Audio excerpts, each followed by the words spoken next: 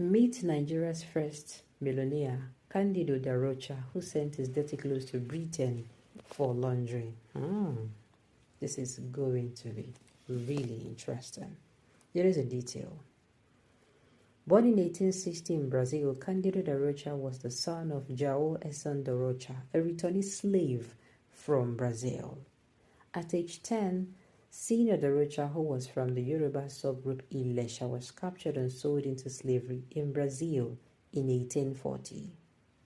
After getting his freedom, Esson would return to Nigeria in 1871 when most of the free slaves in Brazil traced their roots back to the Yoruba tribe, Ilesha.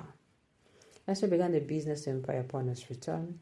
It said he bought 2 houses in Lagos on his return, the well-known Waterhouse and the one other. According to the torchbearers of old Brazilian colony, Esson was a wealthy merchant. Candido Da Rocha, who was said to be born in Brazil, only spoke Portuguese and Ilesha when he returned to Nigeria and attended CMS Grammar School alongside some famous Nigerians, including Olayinka Herbert Samuel Hilas Badmus Macaulay, who was a Nigerian nationalist, politician, surveyor, engineer, architect, journalist, and musician, and is considered by many Nigerians as the founder of Nigerian nationalism. After the death of Senior Da Rocha on December 31st, 1891, Candido filed for the administration of his father's estate. That was in 1893 at the age of 25. He expanded his father's business after assuming control of it into a huge empire, according to reports. Candido ventured into water business, serving the whole of Lagos in the 20s. The colonial administration was said to be paying Da Rocha for the supply of water to Lagos State, and that his house had the first borehole and also the first water fountain. Candido made loads of fortune from the water business. However, his first real breakthrough came in 1894 when a British ghost prospector sold him gold back for the sum of £6,000.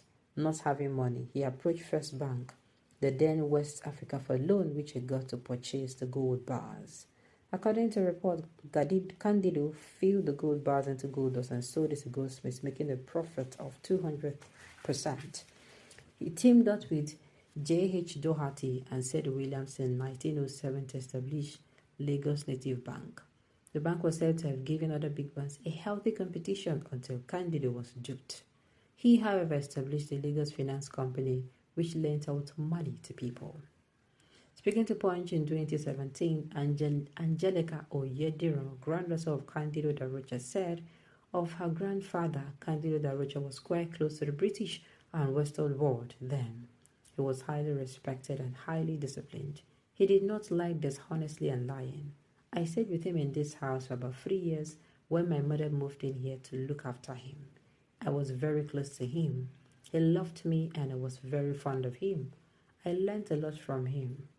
During the Second World War, Da Rocha offered one of his properties, Bonanza Hotel, to the British government to protect some Nigerian students at King's College who were initially in a boarding house at Rees Course. The school was run there until the war was over. Among his close friends was Herbert Macaulay. Da Rocha refused to be a politician.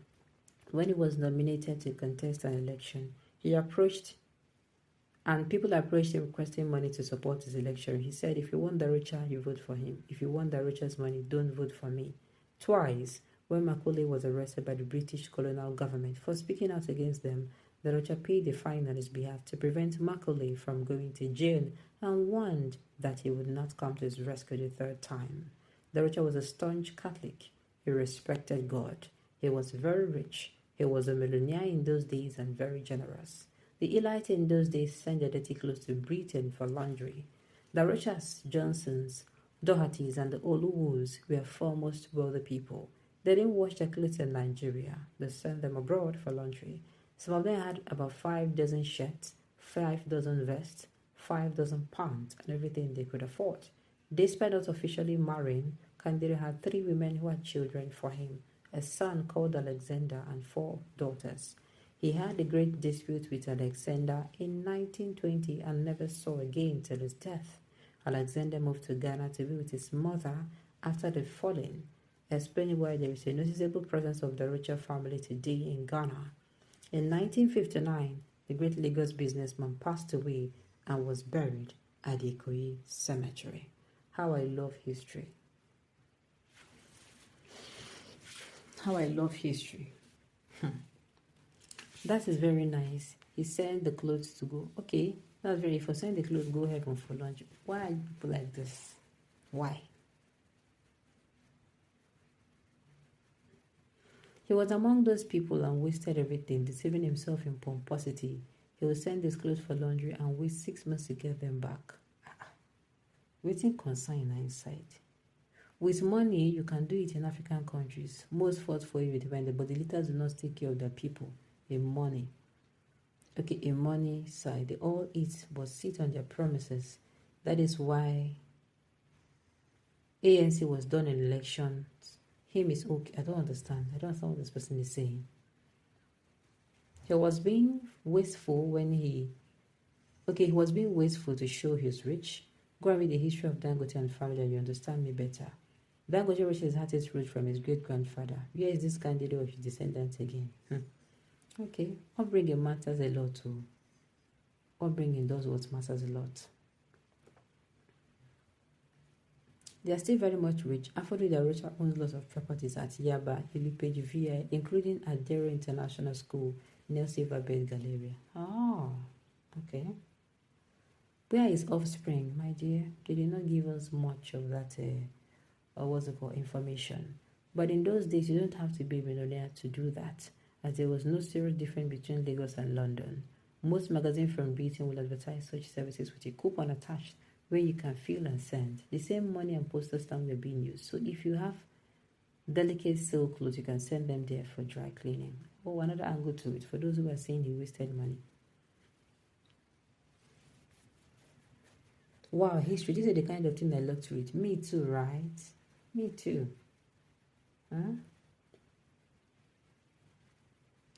Now that's your way, Naira. Okay, that's your way. Naira get level past dollar now. No be now again. Okay, now that time when Naira gets level past dollar, no be now again. So how long did it take the dirty clothes to reach the shores of Britain and back? Since the only form of transportation was on seas. Very funny. With all that great beginning, his lineage is not known in our current generation or popular. What a life.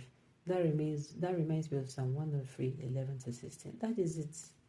Alright, on this note, we have come to the end of the news. We say thank you for tuning in to listen. Until I come your way next time, enjoy the rest of your day.